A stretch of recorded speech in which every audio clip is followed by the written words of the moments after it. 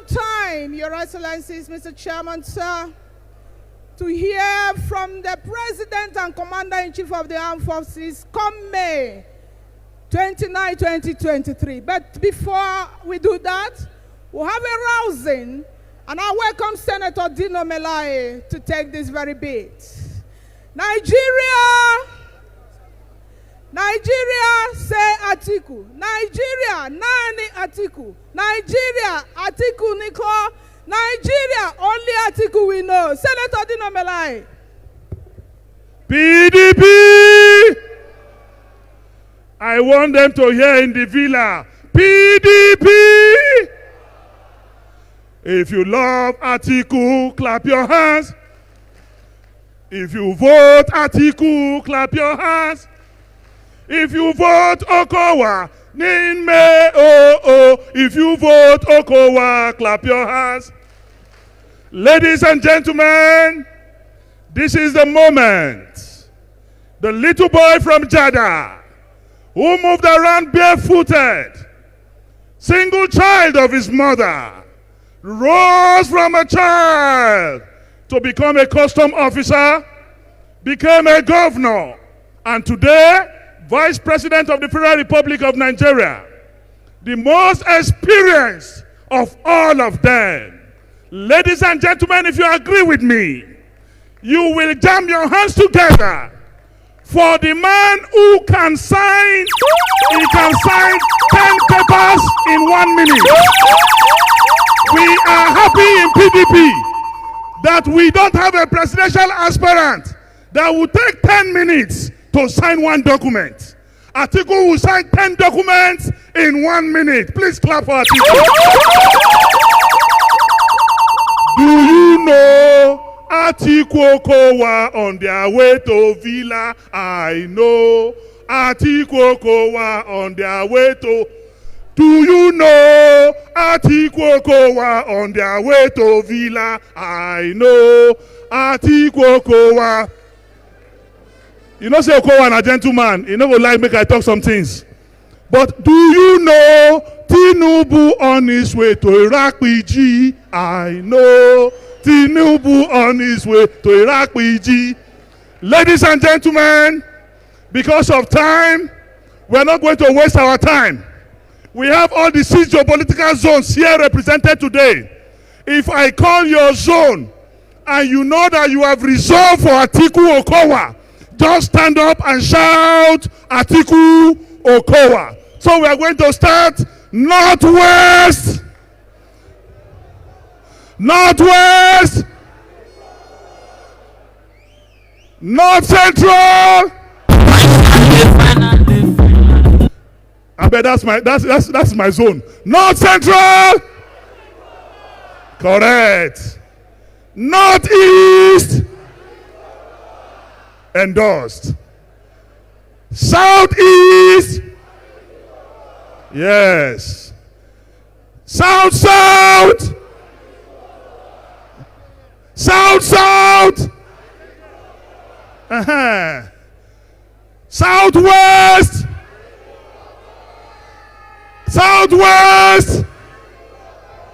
With this, it shows that the 6 zones of this country have endorsed Atiku Okowa as President and Vice President of the Federal Republic of Nigeria. For want of time, we will waste no time. I want to invite to the microphone one single Nigerian with multiple competencies, a man indoctrinated with the art of civil administration and the rudiment of politics, Atiku Abubakar, the pacifier. The pacifier, the amplifier, and the unifier. Atiku.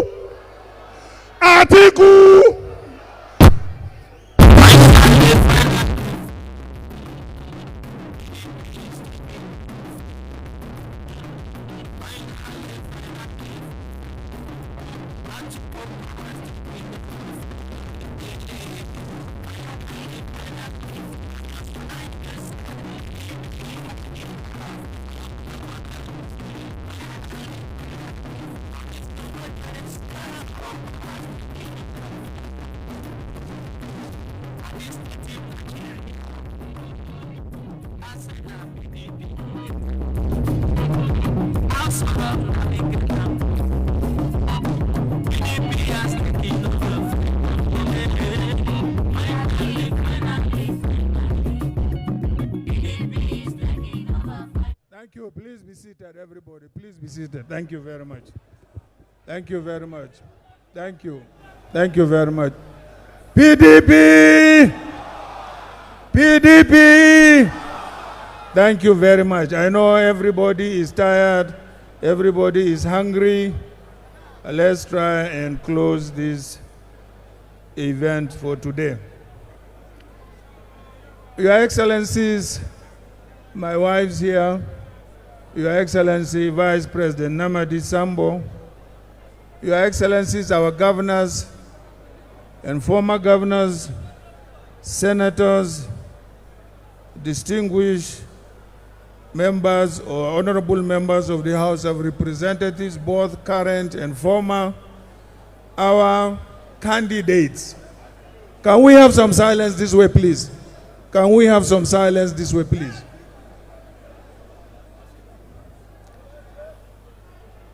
We have been sitting here to witness two events. One was the book presentation. I have always tried to shy away from public presentation on books, either on me or that I have helped to write. But I couldn't escape this one. And this is simply because my former governor, Governor Boni Haruna, got involved. And he has a way of influencing me in one way or the other. So I couldn't escape today's event. I want to thank the committee members for the work they have done. But I am not a believer of public presentation on books. But in the course of his speech, Boni tried to go personal in our relationship. I have no alternative other than also to go a bit personal or private in our relationship. When Boni became the governor, I'm still not happy with the left of this side. Too much noise is coming from this left. I said to him, Boni, I know, having been a teacher and a public servant, when you become a governor, the first thing you do, you think of how to build a house and own a Jeep or a car. I don't want you to think about that. I'm going to build a house for you, and I'm going to buy a Jeep for you. And I built a house for him, and I also bought a Jeep for him, while he still lives. It is simply because I did not want him to indulge in public finances. So, Your Excellency, since you decided to go a bit personal or private in our relationship, I thought I should also respond. Having said that, let me now go to why we are here at this moment. I decided to make only one speech because I was told after the book presentation I was to make a speech and then reappear again when the council is inaugurated. It is my distinct honor and pleasure to welcome you all to today's inauguration. We are all gathered here for the inauguration of the Presidential Campaign Council set up by our great party, the People's Democratic Party, to diligently prosecute and win the general elections slated for February and March 2023. Even though this body is nominally styled Presidential Campaign Council, in reality, it is a General Elections Council as stated by the chairman of the Presidential Council himself. Because of what use or benefit is a victory of the presidential candidate alone, without a sweeping victory for all our other candidates at all of the elections taking place next year. I cannot govern alone. Majority of the people gathered here today are, like me, seasoned politicians with nothing but pure politics flowing through their veins for the love of their country and people. What is the number of one job of a politician like you and I? It is to navigate the murky waters of politics and to campaign for and win elections. So the inauguration of a presidential campaign council as the one we are all gathered here to witness today should be a normal occurrence in the normal life of normal politicians. But today is not an ordinary day. And the inauguration of today of our Presidential Campaign Council is not an ordinary event. Far from it. In May 2015, our great party, the People's Democratic Party, in an orderly, peaceful, and rancor-free manner, handed over the reins of government at the center to the opposition party, the APC, having lost the presidential elections a few months earlier. 4 years later, in 2019, and in spite of the drift, economic desolation, challenges of insecurity, and massive dislocations to the lives of our citizens, witnessed under the APC government in those years, and notwithstanding that our great party had put before the Nigerian people a demonstrably better plan for recovery and development of our nation, our party was once again schemed out in the elections held that year in the most devious manner. It is a testament to the patriotism, dedication to constitutionalism, and law and order, and the unshakable belief in the rule of law and the supremacy of the cause in our land that our great party, the PDP, chose and pursued redress in the one and only way laid down by law and our Constitution through the courts. Of course, you all know how that ended, so there is no need to bore you with details. Since the loss at the polls of 2019 till now, and under the watch of the current APC government, our dear country has witnessed a frightening descent into anarchy. To start with, the current government has failed at the very essence of what makes a government, the security of lives and property of its citizens. Our security challenges are legion, and I do not need to rehash them here. Everybody has testified to that.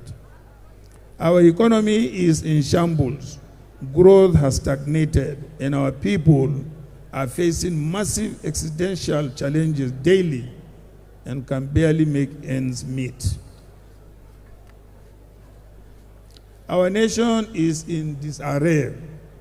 The fabric of unity that binds our country is today being torn apart by mutual distrust, ethnic and sectarian strife, and we are now more disunited than we have ever been in our history, including even when we fought a civil war. Our educational system is comatose. Nothing more underscores this than the two embarrassing facts of the number of children that are currently out of school, 20 million according to UNESCO. And the length of time that university students have been kept out of their classrooms this year as a result of the ASU strike. Our system of government is broken. Our current system is unfair, unwieldy, towards favoring the federal government at the expense of the other federating units, and has in itself become a willing tool for underdevelopment and corruption.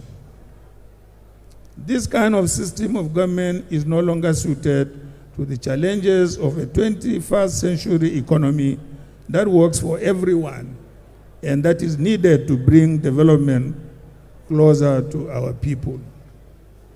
But all hope is not lost. We have a plan to address these issues and to arrest the drift of our nation. These plans have been laid out in my policy proposals titled, My Covenant with Nigerians.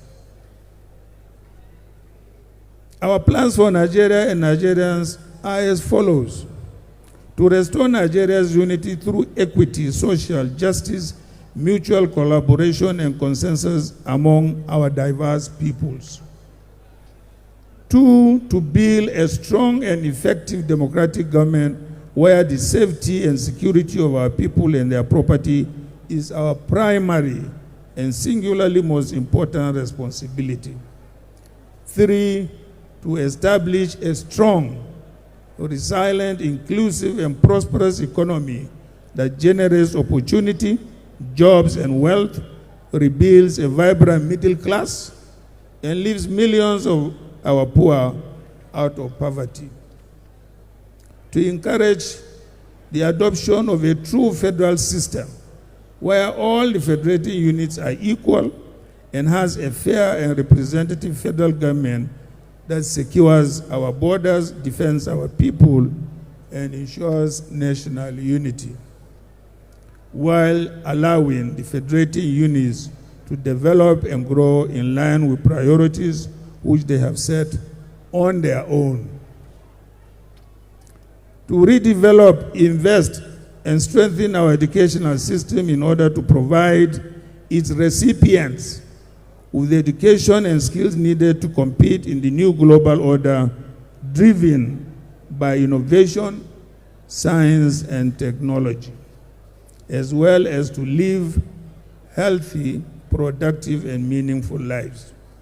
To undertake these tasks, the members of our great party, the PDP, have graciously granted me the ticket to lead the party in next year's presidential elections, with the singular mandate to come and lead the efforts to cure these ills. So, what is our task that we are gathered here today to undertake? It is beyond merely coming together to inaugurate Presidential Campaign Council. No. Our task today is to come together to rescue and rebuild our beloved country, Nigeria. That is the end goal. It is accidental to us as a nation, and it is a task that history beckons upon us all to grasp with both hands and undertake with vigor and zeal. But to rescue and rebuild our country, we must first take over the mantle of leadership from the party that has driven us into this mess. To do this, we must all be united in purpose and come together to fight and win all the elections slated next year. Every single person who loves this country, as I do, and I swear, is needed for the arduous task that faces us ahead as a nation, and this includes every member of our great party, the PDP. It is my fervent hope and prayer that every man and woman of goodwill will join hands with us to help rescue, rebuild, and reposition our beloved country, Nigeria. So, distinguished ladies and gentlemen, and the distinguished members of our Presidential Council. It is in the light of all I have said about that I want you to view today's inauguration. The tasks ahead may appear daunting. They may seem a load too heavy to bear. But for the sake of our country, and for the sake of our children, and for the sake of generations yet unborn, we must not, even for 1 minute, shirk in the responsibilities that we have been entrusted with to come together to rebuild this beloved country of ours. I wish to congratulate all the men and women nominated to serve in the Presidential Campaign Council. You have been selected from among the millions of our party members to join this esteemed council because of your past contributions to the party.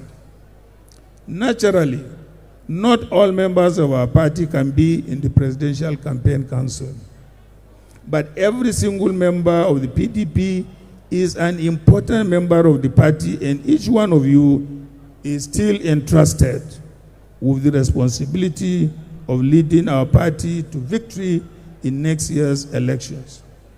Those of you who have not found yourselves in the Presidential Campaign Council are just as important as those who have, and we do not take your contributions for granted.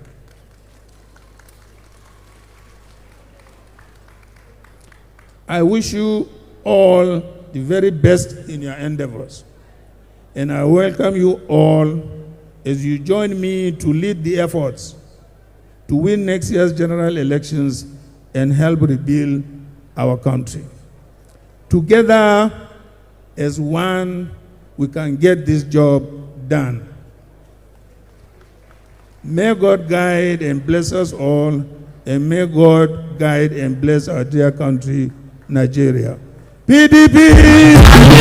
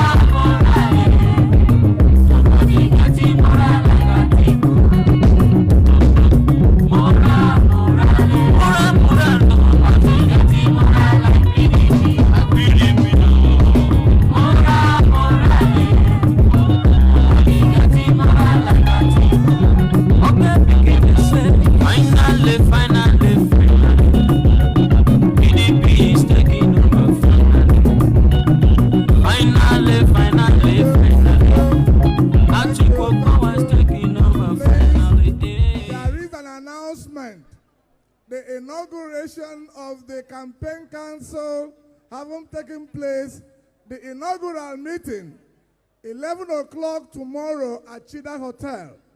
Please come with identity card that will identify you as a member on that list. Don't allow us to be embarrassed. Please Please, Your Excellencies, distinguished ladies and gentlemen.